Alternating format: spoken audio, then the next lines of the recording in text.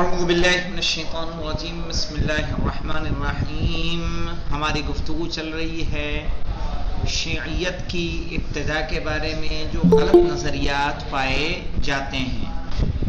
سب سے پہلے ہم نے ایک نظریہ پڑھا کہ عبداللہ ابن سبا والا، کہ جو لوگ کہتے ہیں کہ شیعیت کی ابتدا عبداللہ ابن سبا کہ جب وہ دور عثمان میں دور عثمان کی خلافت میں یہودی سے مسلمان کا لبادہ اس نے اوڑھا اور اس کے بعد اس نے یہ جو شیعہ عقائد ہیں اس کی بنیاد رکھی، اور ہم نے اس کو دیکھا اور رد کیا. اب دوسری گفتگو چل رہی ہے ہماری کہ شیعوں کی ابتدا دور خلافت مولائے کائنات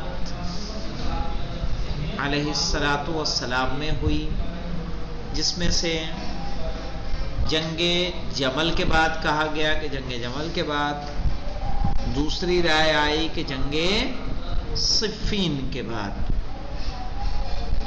اور ہماری گفتگو چل رہی تھی کہ جنگ صفین کے ہی مسئلے پر. آئیے دیکھتے ہیں کہ بعض حضرات اس نظریے کو اس طرح بیان کرتے ہیں. اب اسی نظریے کا دوسرا رخ اور دوسرا انداز کہہ رہے ہیں. بعض حضرات اس نظریے کو، یعنی کون سا نظریہ کہ صفین کے بعد شیعت کی ابتدا ہوئی، بعض حضرات اس نظریے کو اس طرح بیان کرتے ہیں کہ جنگ صفین کے بعد جو خوارج وجود میں آئے انہوں نے حضرت علی علیہ السلام کی شخصیت اور امامت کے بارے میں ایسے عقائد و نظریات پیش کیے جو شیعوں کے نزدیک امامت سے متعلق نظریات سے مکمل طور پر متصادم تھے. متصادم جانتے ہیں کیا ہوتا ہے؟ ٹکرا رہے تھے.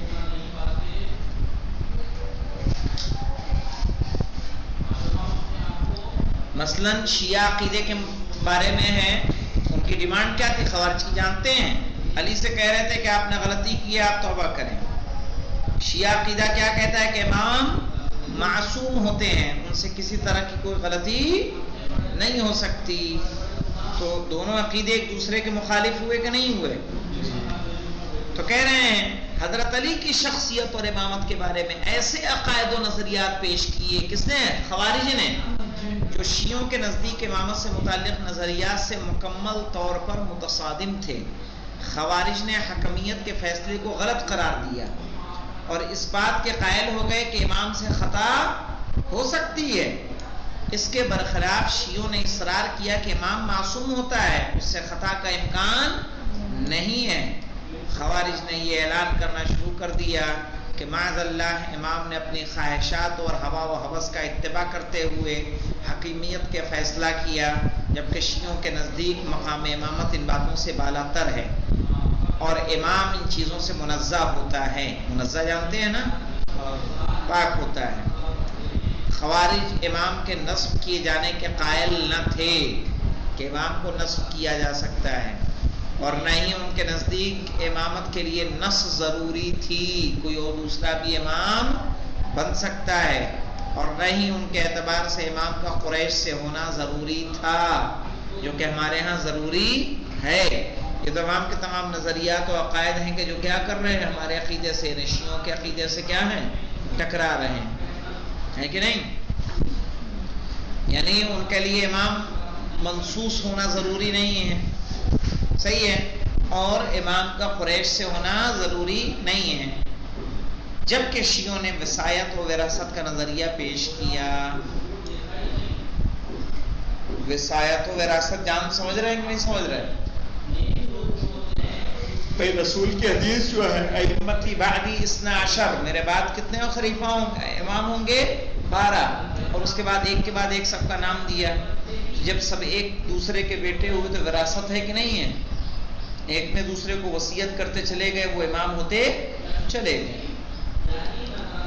مذکورہ نظریے کا اس انداز میں بیان کیا جانا صاف طور پر نص کے مقابل اجتہاد کی مانند ہے. مذکورہ نظریہ کا اس انداز میں بیان کیا جانا صاف طور پر نص کے مقابل میں اجتہاد کی مانند ہے. نص یعنی جہاں دلیل موجود ہو اس کے مقابل میں آپ اپنی دلیل اگر پیش کر رہے ہیں تو اس کا مطلب آپ کیا کر رہے ہیں؟ اجتہاد کر رہے ہیں. اور یہ اجتہاد آپ کا صحیح ہوگا کہ غلط ہوگا؟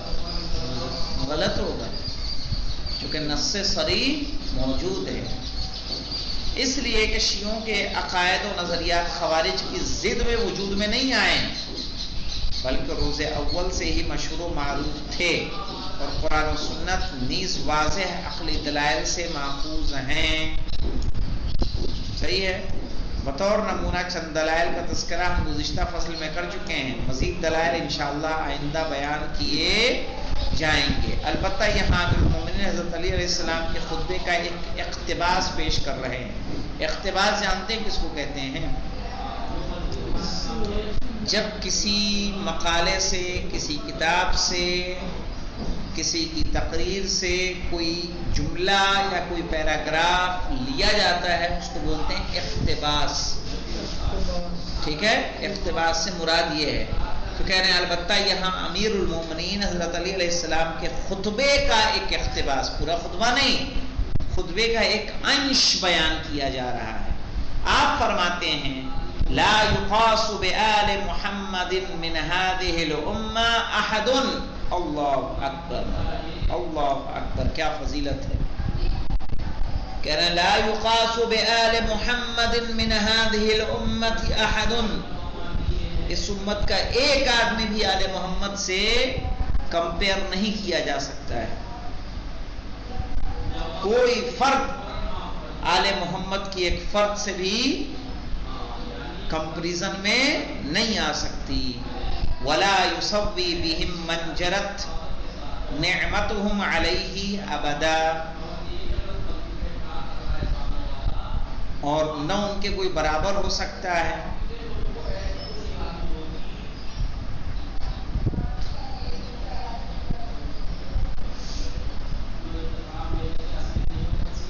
کیوں نہیں برابر ہو سکتا؟ من جرت نعمتهم علیہ ابدا، کہ جن کی نعمتیں اس کے اوپر کیا ہیں؟ جاری و ساری ہیں۔ بھائی اہل بیت کے صدقے میں ہم کھا رہے ہیں کہ ہمارے صدقے میں اہل بیت جی رہے ہیں؟ ہم ان کے بھروسے ہیں، ہمارا اعتماد ان سے، ہم ان سے کسب فیض کر رہے ہیں۔ ہم اساس الدین و عماد الیقین، وہ دین کی بنیاد ہیں اور یقین کا ستون ہے۔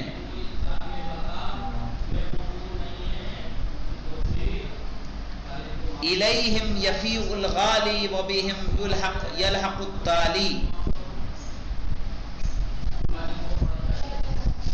وَلَهُمْ خَصَائِصُ حَقِّ الْوِلَایَةِ، ان کی خصوصیت ہے کہ ولایت کا حق کس کے پاس ہے؟ ان کے پاس ہے۔ وَفِيهِمُ الْوَصِيَّةُ وَالْوَرَاثَةُ، اور انہوں کے اندر ایک وصیت ہے۔ وصیت رسول کس کے لیے ہے؟ اہل بیت کے لیے ہے، اور انہی میں وراثت بھی ہے۔ ایک نمبر کے حاشیے پہ آئیے، نہج البلاغہ خطبہ نمبر 2، صحیح، اس سے اقتباس کیا گیا ہے مولانا، کہ جہاں اہل بیت کی کیا ہے؟ فضیلت کا اعلان کر رہے ہیں۔ لا یقاس بآل محمد من هذه الامة احد، بہترین نقطہ ہے مولانا۔ جو لوگ کہتے ہیں محمد ہم جیسے تھے،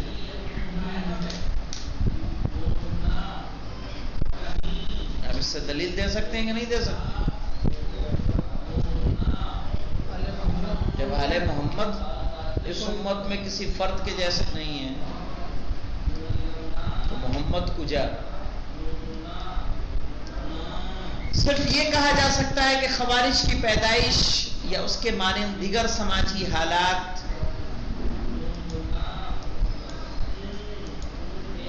صرف یہ کہا جا سکتا ہے کہ خوارج کی پیدائش یا اس کے مانند دیگر سماجی حالات شیعی عقائد کی تشریح اور تبیین میں مؤثر ہیں، کہ ایسے حالات کے باعث شیعی عقائد کے بارے میں علم کلام کی روشنی میں بحث و گفتگو کا موقع ملا، نہ یہ کہ ایسے حالات تشیع کے آغاز کا سبب بنے۔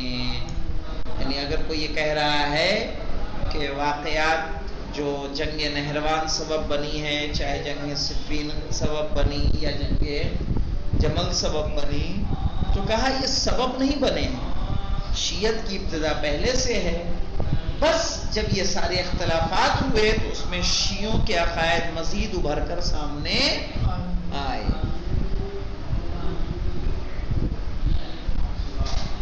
اب اس کے بعد ہماری گفتگو ہوگی واقعہ کربلا کے بعد، اور اس کے بعد اہل ایران اور شیعیت.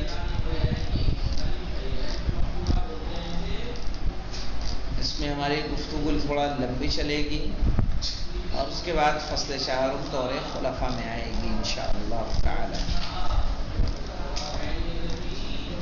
واقعہ کربلا کے بعد بھی جو ہے ہم لوگ اسے کل پڑھیں گے تاکہ ایک نتیجے تک پہنچ سکیں. آج گفتگو کو آغاز نہیں کریں گے. والحمدللہ رب العالمین.